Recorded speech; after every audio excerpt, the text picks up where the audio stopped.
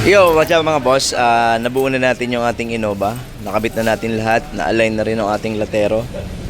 Napalo na yung ating fender. So huli lang natin yung ating salamin. Siyempre, nagpapatimpla tayo ng pintura. Nandulo yung paint mga bossing. Ayan na, magkabilaan mga bossing na ayos na.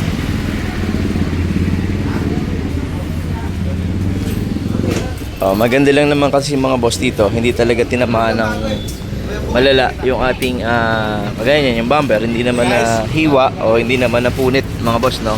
So yan lang yung tumama. Bubuuhin niya ng pintura mga bossing.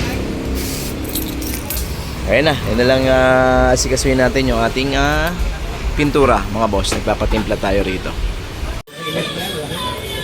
Okay mga boss, K9 dito yung gagamitin natin pintura dito sa ating Innova mga bossing. Ayan. Kompleto na yung ating materialis. Dadalhin natin sa pintor natin yan. Mga bossing, eto na.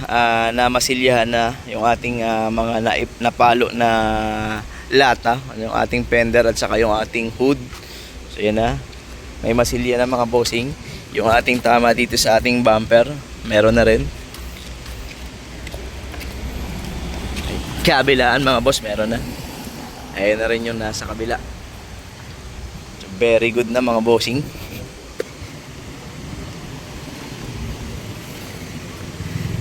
Okay, pagka pwede na mga boss, pa-primer na yan. Pa-primer na. Tapos kung wala na mga bako-bako at mga butas-butas mga bossing, pwede nang pondohan ng kulay yan. Okay, so yan ang status ng ating Innova mga bossing. Ito lang talaga. Sana kung hindi tinamaan yung ating salamin, wala tayo sanang problema. Ito lang talaga ang mabigat nating kalaban dyan. Mga boss, pa-primeran na natin tong ating Innova. Pinasok na ulit natin dito sa ating loob, no? So dito tayo magbubuga mga bossing. Hindi na natin dinala to sa Bulacan mga boss dahil masyadong malayo pa yung ating lalakbayin papunta ron sa ating shop sa Bulacan. Pero syempre mas maganda sana ron dahil mas maluwag. Pero gagastos pa tayo mga bossing eh. Magto-toll gate at saka diesel pa tayo. Tapos bababa din tayo para papalitan ng salamin. So dito na lang muna natin ginawa sa ating shop sa Manila, no? Ayan mga bossing, pa-primer na tayo. Sa pintura mga boss, ang pinakang natutunan natin, no, ang hindi ko handle ang pintura pero ang mga nakikita natin, lahat naman halos sa trabaho, yung preparasyon ang mahirap, no? Yun ang pinakamahirap sa lahat. Kasi yung pagbuga, dire-diretso, wala nang problema yan eh. Pero yung preparasyon, yan ang medyo mahirap na trabaho. Tapos yung syempre yung pagliliha, pag mamasilya at yung sabi nila ay yung parang tsunami ba? Yung alon-alon. Dati mga bossing, nagbubugan na rin ako pero dahil hindi mo ginagawa araw-araw, syempre mawawala yan. Kasi nag-focus talaga tayo sa aircon eh. Kaya eto mga kasabayan natin na mga talaga malulupit. Kasi mga bossing, nag-shop tayo, pumasok tayo ng helper 1998, laman na ako ng pagawaan din. At mas matatagal pa sa atin tong ating mga kaibigan na nandito, no?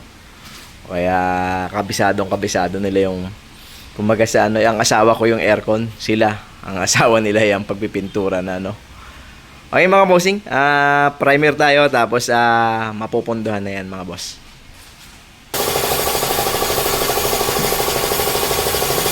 Sabi nga nyo.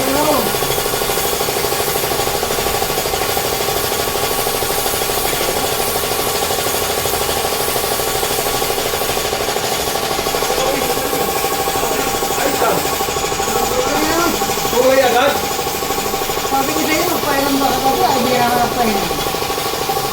Ngayon, magpainom ba ka? Ani? 900.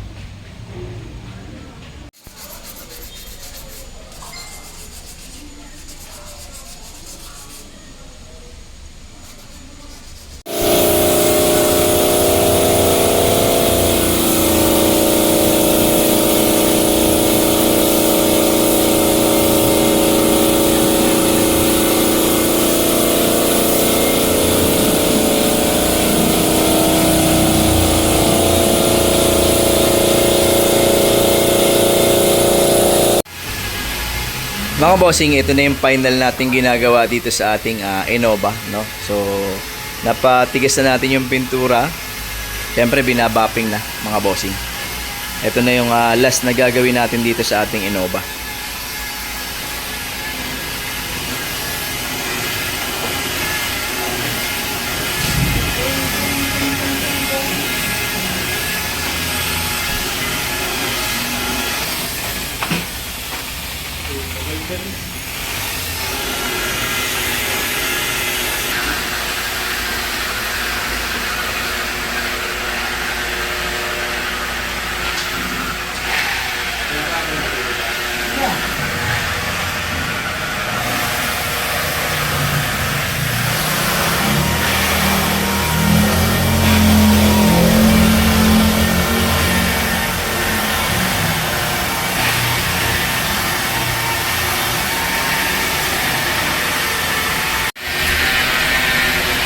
Kung kailangan natin, gabalikan natin. Tapos ko naman na. Oo naman.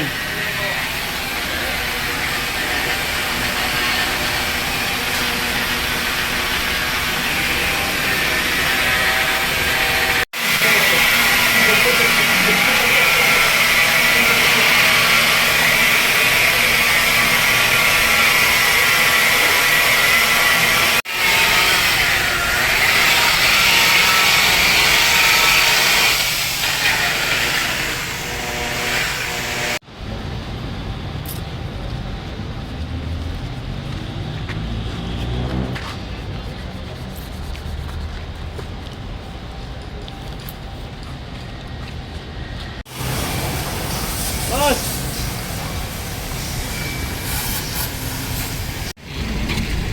Mga bossing, ito na yung ating Innova at goods na yung ating pagkakabapping. Mga bossing, na-ibapping na yan. Pinadaanan na natin lahat yan.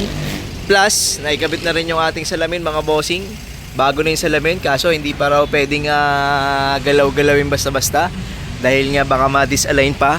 At yung ating pinakang rear view mirror, mga bossing, hindi pa rin pwedeng ikabit, no? Kasi pwedeng matanggal pa siya, no? Kasi yun yung lagayan natin dun, mga bossing, no?